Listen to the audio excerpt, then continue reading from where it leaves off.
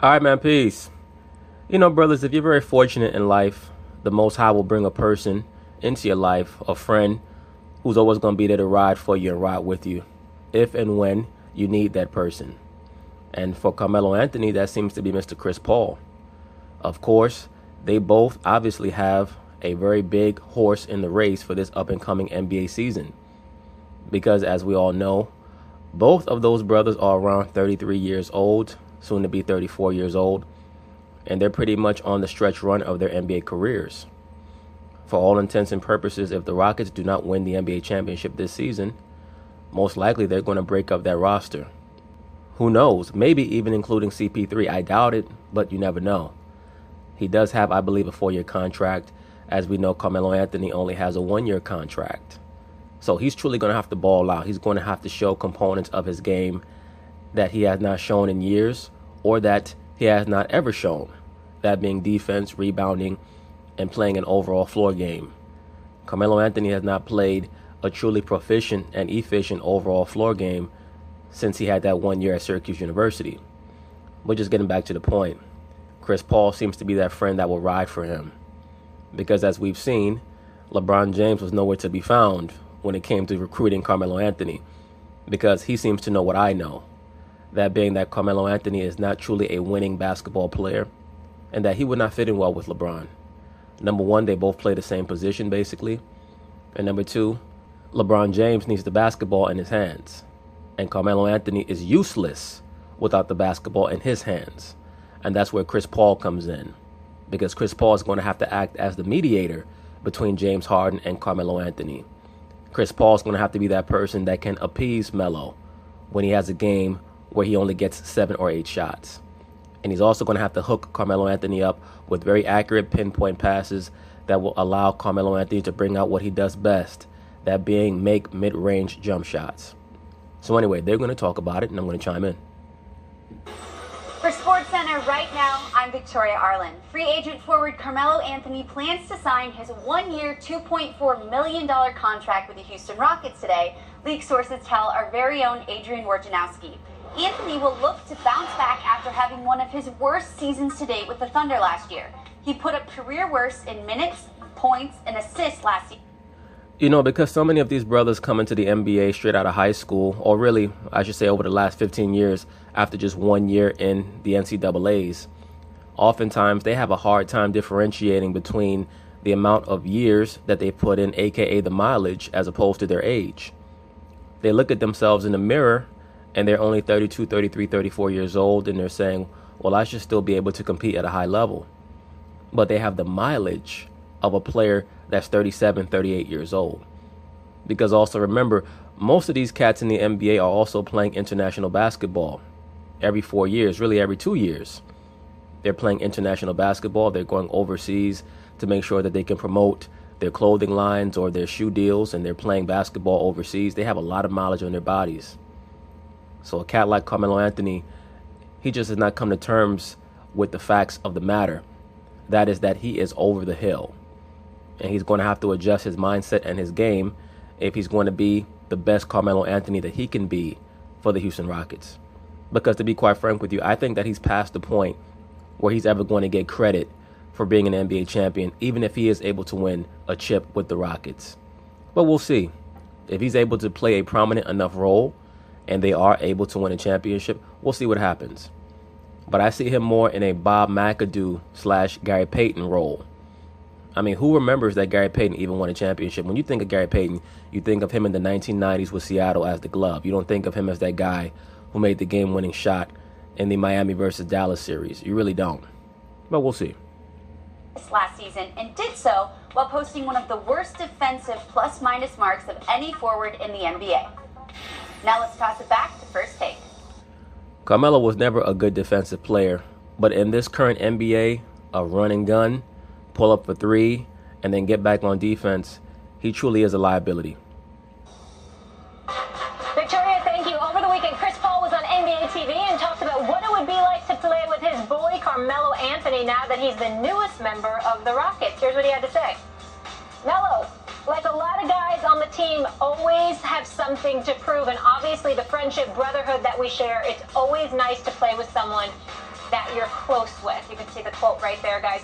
Well, hopefully for CP3 and Carmelo Anthony, this time period with them playing together on the Houston Rockets is not going to do any damage to their friendship, because sometimes working together with a friend or a family member, or involving any type of money issue or monetary issue between a friend or a family member, can cause a fissure between friends or family members. That's why they say that you don't mix blood and money. And I'm sure that CP3 looks at Carmelo Anthony as a brother. We'll see what happens. But they have a saying, you don't really know someone until you live with them.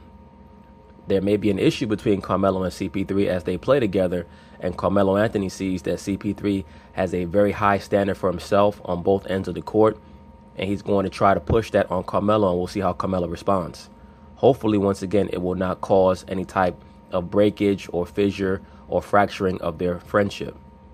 Max, how will CP3 and Carmelo work together in Houston? Oh, they'll mesh very well because CP3 will get the most out of whatever's left in Carmelo Anthony, I believe. And I believe that also means the Rockets will be worse than they were last year, so it's not going to matter. Because the thing about the Rockets, where they were a sneaky, good defensive team with multiple guys who could switch and everything, that ain't Carmelo Anthony instead of Trevor Ariza. I mean, it's just not. And they lost a couple of good defensive players, and they replaced them with Carmelo Anthony.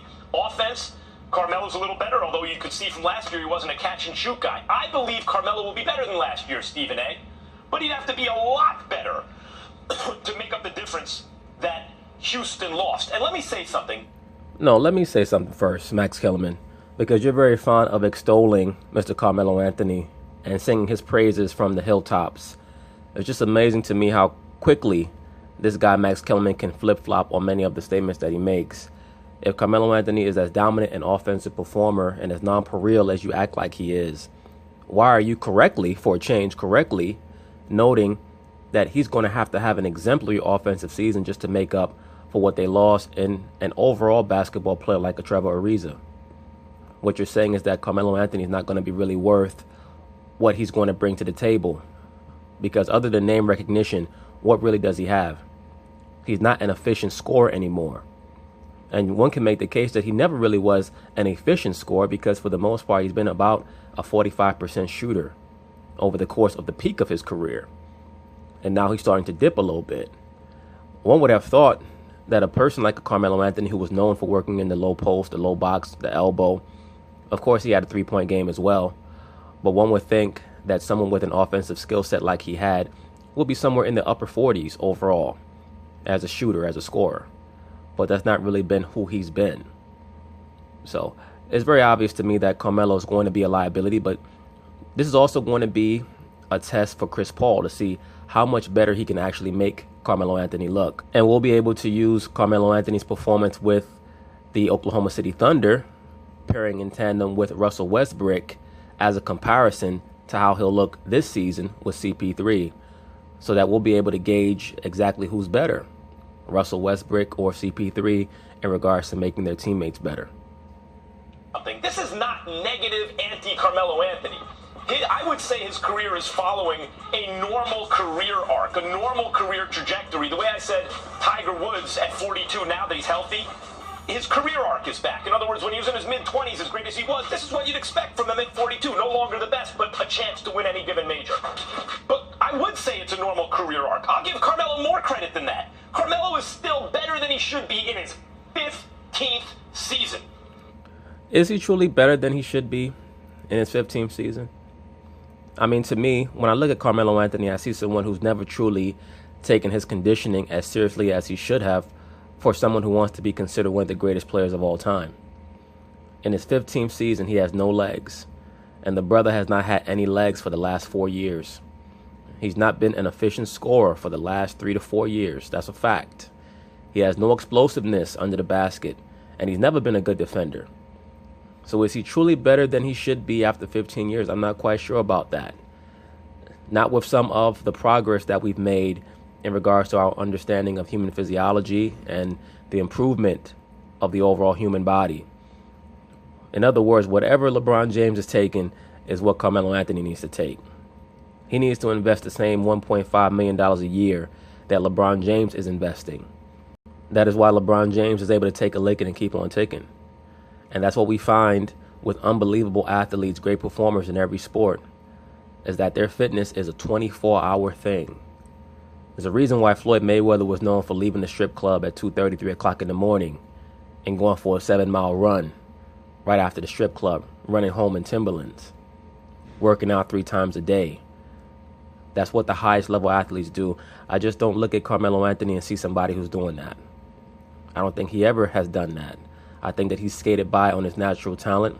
Of course he trains, but not on the level of the top shelf athletes. He's old by NBA standards. A lot of miles on those legs. Dwayne Wade is cooked. LeBron James is rewriting the record books because of how well he's aged. Is Dwayne Wade cooked for real? Do you really believe that Carmelo Anthony is in better condition than Dwayne Wade? Do you think that he brings more to a team than Dwayne Wade? I said prior to the Miami Heat series against the Philadelphia 76ers last year in the first round, I said that there's going to be at least one game that Dwayne Wade wins on his own, and there was.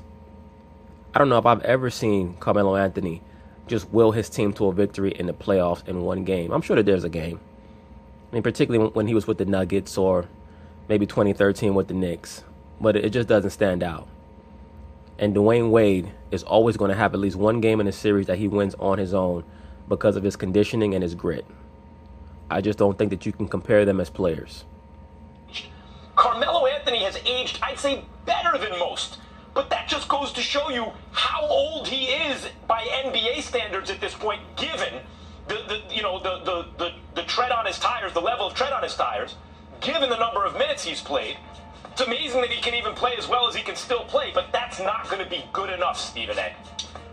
You know what? The funny part about your argument, more so than anything else, is that you act like you're really stepping out on a limb there. They're going to be worse than they were last year. Do you have any idea that throughout NBA history, you can't find 25 teams in NBA history that have had 65 wins or better in the regular season? Agreed. Great point, Stephen A. Smith. It doesn't happen all the time. So even if they have kept their team intact, they still wasn't going to win 65 games.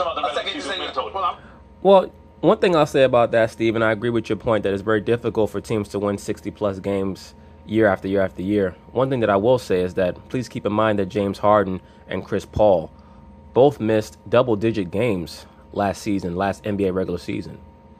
So one can say that if both of those players were to come back this season, had they been able to keep Ariza and Luka Mbah-a-Moute and brought back that defensive essence, that defensive presence that they had, and both CP3 and James Harden been able to play 70-plus games, 75 games this up-and-coming NBA regular season, that one could say that you could expect them to win somewhere around 64, 65 games again. But I definitely don't think that they'll do that this season. But who knows? We'll find out. We'll definitely find out because they definitely seem to be a team that accentuates the regular season. Well, I was just, you brought it up. I'm saying better. They took Golden State to a Game 7 at home, and I believe only lost because CP3 didn't play, and they had an historically bad shooting night. I got you. So my point here, a historically bad shooting night, which I don't think would be duplicated, and part of that is the reason that Carmelo Anthony ain't going to go 0 for 12 from the field and 0 for 9 from 3 in Game 7. That's what the deal is. That's number one. Number two, let's talk about this. At some point in time, everybody's got to make up their mind. Is CP3 great or not? Is CP3 great or not? I already believe that he's great. I know that he's great. He's one of the great little men to ever play. The real question is whether or not he's going to be great enough to elevate Carmelo Anthony. Because my reason for supporting Carmelo Anthony in Houston is because of what I think CP3 will do for him. Carmelo Anthony, one time and one time only, has played with a quintessential, prototypical, pass-first, floor general extraordinaire point guard in his career.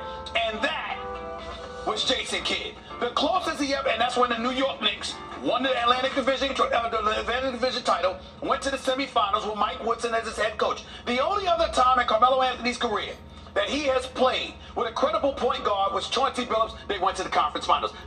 Well, let me stop you right there, Stephen A. Smith. Chauncey Billups is not just a credible point guard. Chauncey Billups was a great point guard. As a matter of fact, I believe that he was one of the top 3 point guards of the 2000s and probably the number 1 clutch performing point guard of the 2000s. And what's interesting is that in the early 2000s, he used to duel with Jason Kidd in the playoffs all the time. And as Stephen A. Smith rightly notes, Carmelo Anthony never was able to perform at a particularly high level in the playoffs unless he had a top-level point guard, that being Jason Kidd or Chauncey Billups. The difference is that there's a huge, huge gap between this Carmelo Anthony at 33, 34 years old and the 28-year-old Carmelo Anthony that had Jason Kidd, or the 24-year-old Carmelo that had Chauncey Billups. Now, granted, that was years ago, and we all know that Carmelo Anthony isn't the same player. But the flip side to it, at 6'8", 240, who has range, who can shoot, you're talking about an individual with an extraordinary point guard that will make it easy for him to fit in than it was for him to fit in with Russell Westbrook and Paul George. You're talking about the combination of that with the league MVP and James Harden, who's a bad somebody. And I think that the combination of that, combined with the team basically being attacked, you trying to tell me we gonna make? I'm not trying to diss Trevor Ariza. I like Trevor Ariza, and I'm glad that he got his money. Like Kobe Bryant said on my radio show, he deserved his money, no question. A 1-year, $15 million deal. He was due that. But we are really, really tripping over Trevor Ariza and Luke Mbah-a-Moute being gone, okay, and play because Carmelo's there and those two are gone. Those two are gone. Yeah. But well, that's the point, Stephen A. Smith. The reason why people are tripping over Trevor Ariza and Luke Mbah-a-Moute being gone is because they've been exchanged for Carmelo Anthony.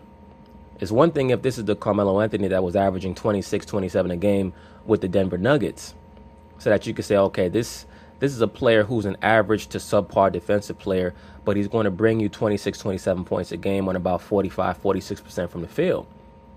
But now you're bringing somebody who looks like damaged goods, to be frank with you. He looks like, as I stated in my previous Carmelo Anthony video, like one of those classic cars that should no longer be driven. They should just be brought out for car shows for people to look at and say, oh, wow, the Model T. What a nice looking vehicle. But you can't drive that anymore. It's done.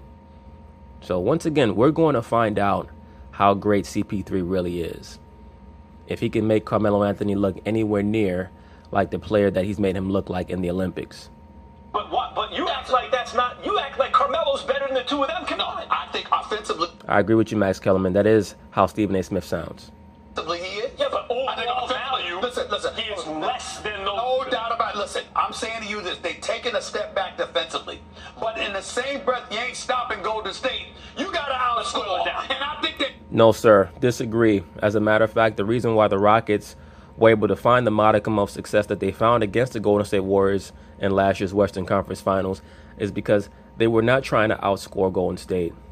They made it a grit and grind series. They were extremely physical on the defensive end.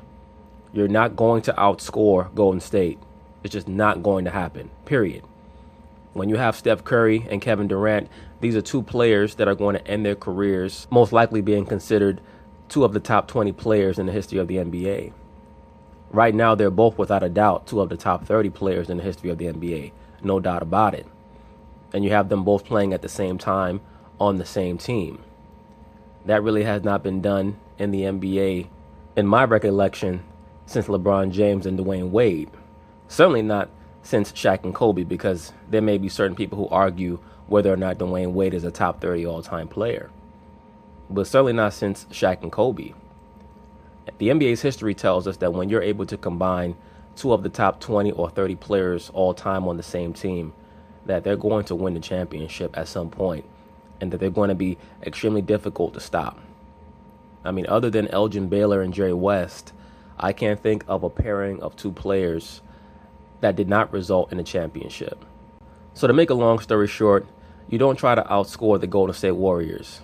You have to concentrate on what you do well and hope that that's not something that they do well, and accentuate that over the course of the series. And that's what made the Houston Rockets so competitive with Golden State, is that they were so physical. Their defense was excellent on Golden State, and the referees were allowing them to exert a great amount of physicality over the course of that series, and it threw off Steph Curry for a while. It threw off KD for a while, but eventually they were able to break through because the amount of stress that the Rockets were placing on themselves defensively, the onus that they were placing on themselves defensively, they could not maintain that. They could not perpetuate that over the course of 7 games and wore down their legs. And we saw that with the atrocious three-point shooting performance that they had in Game 7. That Houston's offense is going to be better. Their defense is going to be worse. boil it And down that's to that. we have no ambiguity, so we're totally clear when this time rolls I'm around. always clear. And at the end of the season, or in the playoffs, and you'll see that I'm right. Okay, I'm not even talking about the 65 wins from Houston. That's a part of it. I thought they were the best team in the NBA last year. I'm talking about on top of those 65 wins, they went to a Game 7 against a healthy Golden State team. They were at home. No, sir. As a matter of fact, Golden State was missing their number one bench player, that being Andre Iguodala. So that's a lie. They missed CP3, and they couldn't buy a shot, and they still only lost by single digits. I think the evidence shows, in fact, they were the best team last year. No, what the evidence showed was they were extremely competitive. They gave themselves a great chance to win, but the Golden State Warriors were the better team. People truly underestimate the importance of Andre Iguodala. This is a player who can guard 4 positions, arguably has the best defensive reactions of any player in the NBA, not named Kawhi Leonard. And on offense, he himself is able to play 4 positions for a short period of time. He's not someone that you want to play at the 4 for a long period, but he can run the point, he can play the shooting guard, he can play the small forward. This is a player that Steve Kerr counts on in big moments. And oftentimes he'll get anywhere from 25 to 30 minutes a game in the playoffs in crucial games. So I think that Max Kellerman is willfully omitting the Andre Iguodala factor to boost up his own argument. That does have something to do that playing at the Toyota Center, which is no joke. That's a great home court to be on. And it's a Game 7. So them losing by single digits, I mean, come on, they lost. They went It's tough. 30 from downtown, and they didn't have CP3. I'm telling you this. With CP3 and Carmelo, they will not get to a Game 7 against the Warriors this season. It ain't gonna happen. And do you think that's because of the Warriors or because of the power and the balance of power that exists in the West and how that could ultimately contribute to wearing you down? I think Which one's it going to be? I think it's because the Rockets took a step backwards by losing 2 good defenders and adding Carmelo Anthony. I think they won't be as good as they were last year. Okay, and I think they will be significantly better offensively. They will be worse. You don't truly believe that, Stephen A. Smith. You're saying that because Carmelo Anthony is one of your text buddies on your phone. That's the only reason why you're saying that. If Carmelo Anthony was another one of these brothers that was not giving you any interviews, you'd be slamming him right now because you know he's done. Man, it's finished. Defensively, we'll see what happens. But I don't think they're going to be any worse as a team. I don't. Because you think the offense will Yes. the improvements in offense will outweigh the lack in defense. All right, I'm going to remember all this, folks, and hold you too. Yeah, so will I. But anyway, this is truly going to be a test for CP3 this up-and-coming season because I do believe that there are going to be points in the regular season where Carmelo Anthony and James Harden are not going to be getting along as well as one would like. Just because you see these guys in the post-game press conference at the dais smiling and joking around with one another does not mean that they like playing together. We saw that with Russell Westbrook and Carmelo Anthony last season. And it was very obvious to me just watching many of their games that Carmelo Anthony had to be the odd man out because his game is just too clunky. Great players have to adjust to playing with him. And most of these great players do not want to have to adjust to playing with a player like a Carmelo Anthony, who quite frankly is just not bringing that much to the table anymore. And to be quite honest with you, never really was. And that's the reason why he's had so much heartache and so many failures in the playoffs. But anyway, peace.